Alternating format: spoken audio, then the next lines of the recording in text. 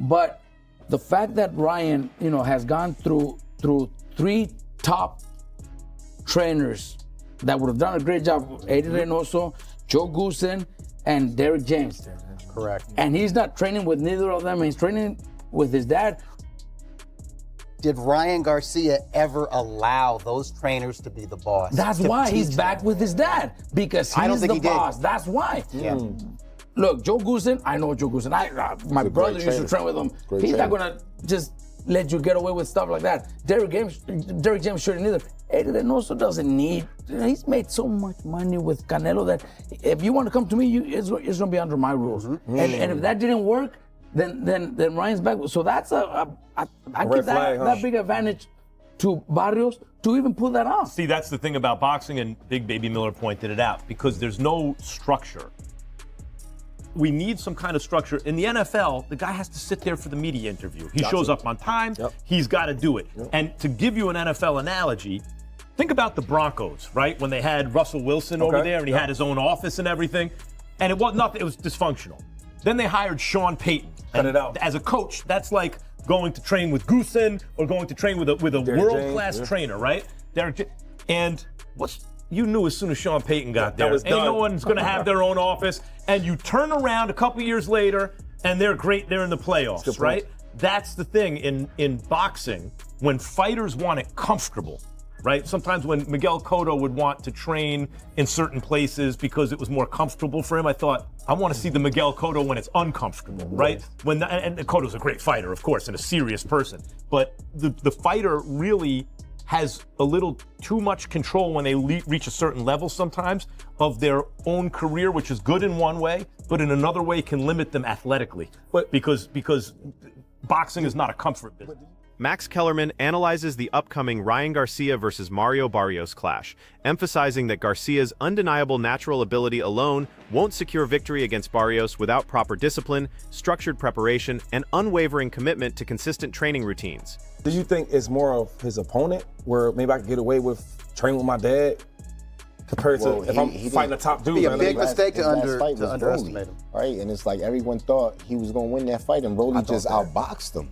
Rolly outboxed him and looked good doing it. You know what I mean? So it's like, it's crazy. I wish that Ryan, because he's so talented, I wish he would stick to a coach and really just follow the... Max Kellerman and Robert Garcia acknowledge Ryan's exceptional skills while cautioning that his frequent trainer changes create instability that could limit his development against Barrios' unwavering dedication, as both fighters exchange pre-fight warnings and psychological warfare. Same thing as everybody says, left hand, make sure that's up, you gotta protect it, blah, blah, blah. Like, that's what I would imagine he's saying. And gotta take that away. It's probably, little things like that.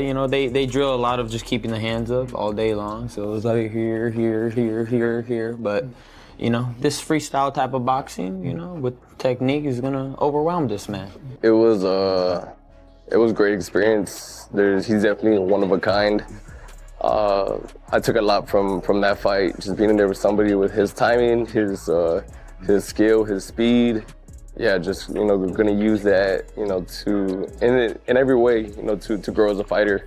Your opponent on the 21st, Garcia, hadn't actually won a fight officially since 2023. He's been through a lot of controversies, the scandal with Haney, and then the loss against Rolly Romero. What do you make of all that? I don't make much of all the. I have somebody who's trying to take my title, and I'm looking just to go out there and defend. So you're looking to put on a big performance. Stylistically, what you're going to come with? Stylistically, I think this is going to be very exciting. Mario Barrios promises to capitalize on every flaw in Ryan Garcia's fighting approach, having studied his weaknesses extensively and remaining fiercely committed to protecting his championship title at all costs. Ryan Garcia dismisses concerns about his trainer's departure, claiming he feels unchanged and maintains laser focus while preparing strategically for his upcoming battle with Mario Barrios. So you think it's better for you that he's working with a trainer you're familiar with than... Oh, yeah, in my eyes, But, hey, because I know I've already said some stuff that guy's already told him. But again, like he said, boxing is one-on-one. At the end of the day, he's a free thinker, I'm a free thinker. Ryan said, Joe's not going to stop this fight. It's going to be a physical fight, a bloody fight. You're smiling when you're hearing that. Is that the kind of fight you want? Not necessarily that it's the fight I want, but it's never a fight that I shy away from. I've gone out of my shield before. Like I said, every time I step in there, I give it, whatever I have that day. And if that's the way like this fight goes, if it ends in a bloody battle, then it does. And I've never shied away from that. I respect that. I honestly do. I do see that in him. He definitely gives everything he got in that ring, and it's dope to see. Ryan Garcia's Los Angeles training camp footage reveals rigorous workout sessions, precise combination work, dedicated skill drills, and committed preparation showing his serious approach to the upcoming championship fight. Lock the top three. Lock the top three.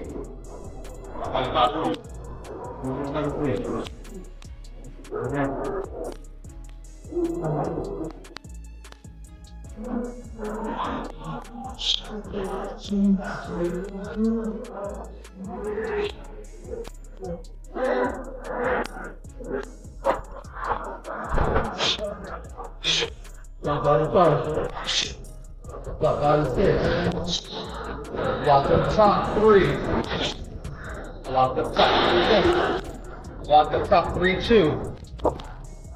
Yeah. 1-6.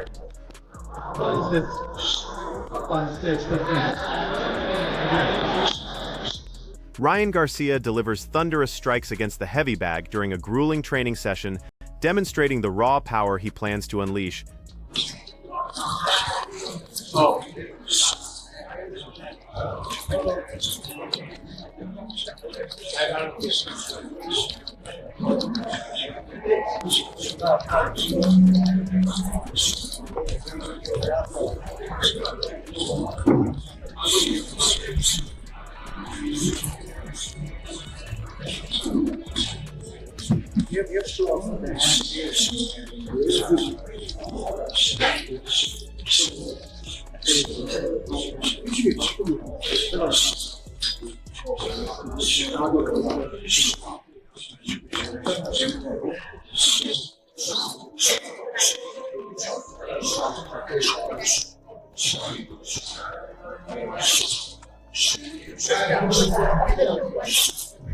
Mario Barrios declares his unwavering determination to defend his championship, refusing to allow Ryan Garcia to capture his belt while protecting his hard-earned title and fighting pride.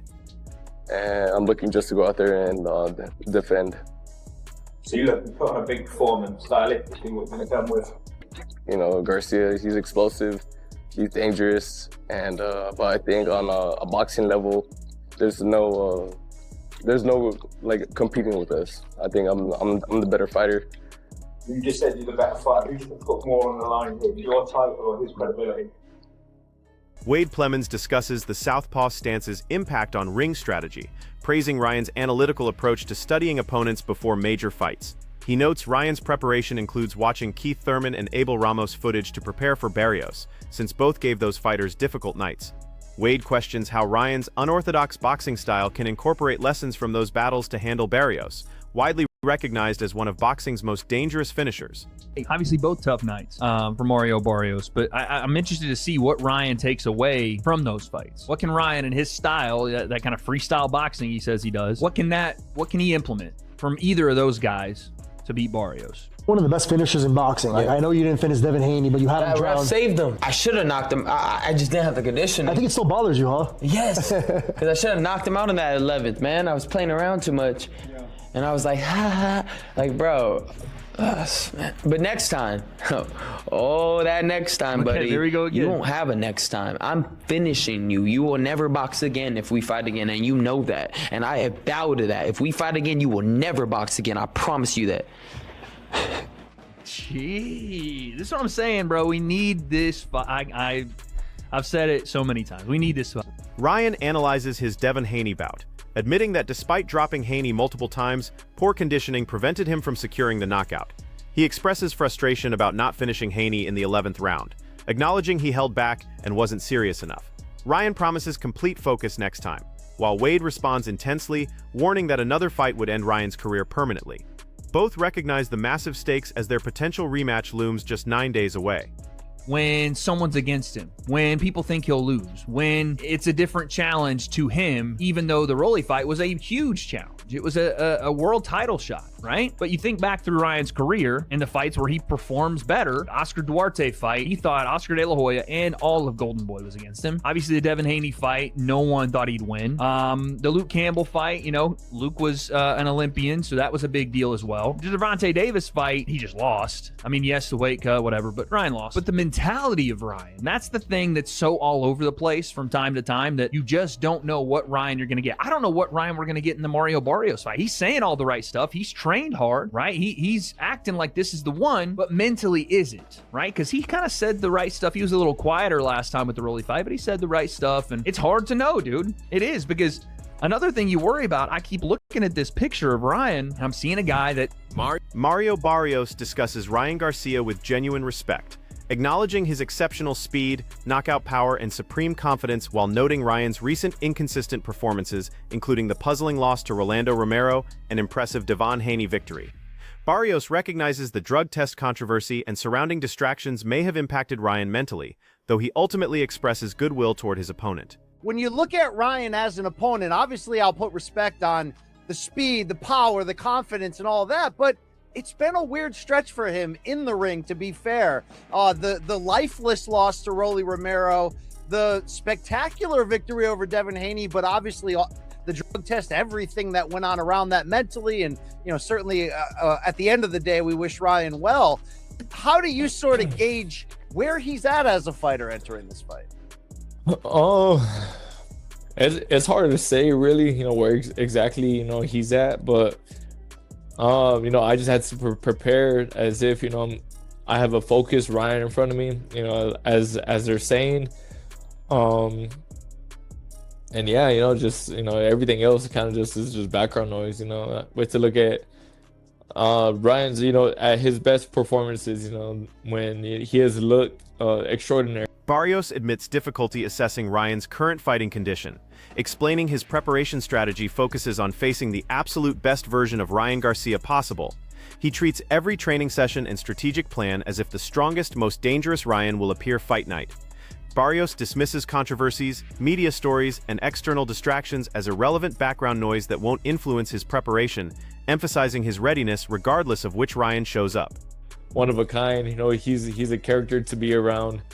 But no, the move to go be with Joe was gonna happen, whether this fight with Ryan was made or not.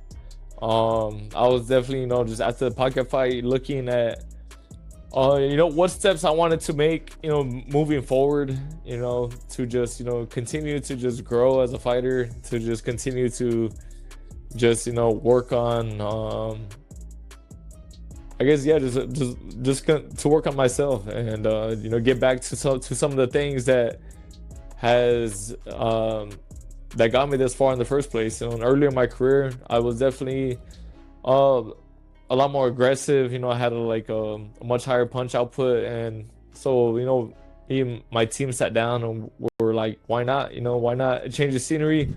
Tim Bradley breaks down Ryan Garcia's tactical approach against Mario Barrios, highlighting Ryan's timing and precision in exploiting Barrios' movement patterns by flicking jabs and capitalizing when opponents drop levels or change positions. Bradley emphasizes Ryan's mastery of the 45 punch, a hybrid hook-uppercut combination perfected by Oscar De La Hoya, which Bradley considers an extremely dangerous weapon Barrios must constantly defend against. Because Barrios is a counterpuncher and he likes to stay, again, close to mid-range to outside, mid-range to outside. So he's like, a step or two, I would say a step, right in mid-range when he's firing shots. And so sometimes he'll throw those single jabs at mid-range, and he can be countered with the right hand. But we all know that Ryan Garcia, hopefully his right hand is back, operating. If his right hand is operating, he should have a field day, taking advantage of that, mid-range jab coming from Barrios. And he does it a lot, man. He really does. A lot of stuff that he does, he has good form and technique on it, Barrios. But it's just subtle mistakes that he makes. Like just stand near the pocket after he gets done working, so guys can attack him after he gets done. Bradley identifies key vulnerabilities in Barrios' fighting style, noting his career-long struggles with body shots that drain stamina and affect performance, plus susceptibility to clean right hands and left hooks. As a counterpuncher operating in mid to outside range, Barrios often steps forward throwing single jabs that create openings Ryan could exploit with his speed and timing, making this a fascinating tactical battle. He swells. He swells quickly, man. Yeah, you know, he gets damaged really easily. You know, you touch him, he starts to bruise up immediately, starts to swell up immediately. So I think Ryan having those heavy hands, I think that can be an issue in the fight as well. You know, those eyes will start swelling, that nose will start swelling up. I've seen, you know, eyes and nose swell up on Barrios, man, and you know, he looked like, you know, real bad, you know, the Elephant Man, you know, after fight. So I think that's something that we got to take into consideration as well. You know, I think, again, let's go back to the trainer. I think it's going to favor Barrios, the fact that he knows that his trainer knows Garcia. It's going to favor him. He's going to know, you know, the approach, you know, on how to get to Ryan Garcia. He's seen him in sparring. Chris Algieri explains Ryan Garcia's unique value to boxing, contrasting him with George Kambosos, who succeeded through pure work ethic despite limited natural talent and minimal star power. Ryan attracts massive attention through charisma, physical gifts, and spectacular style that creates must-see television.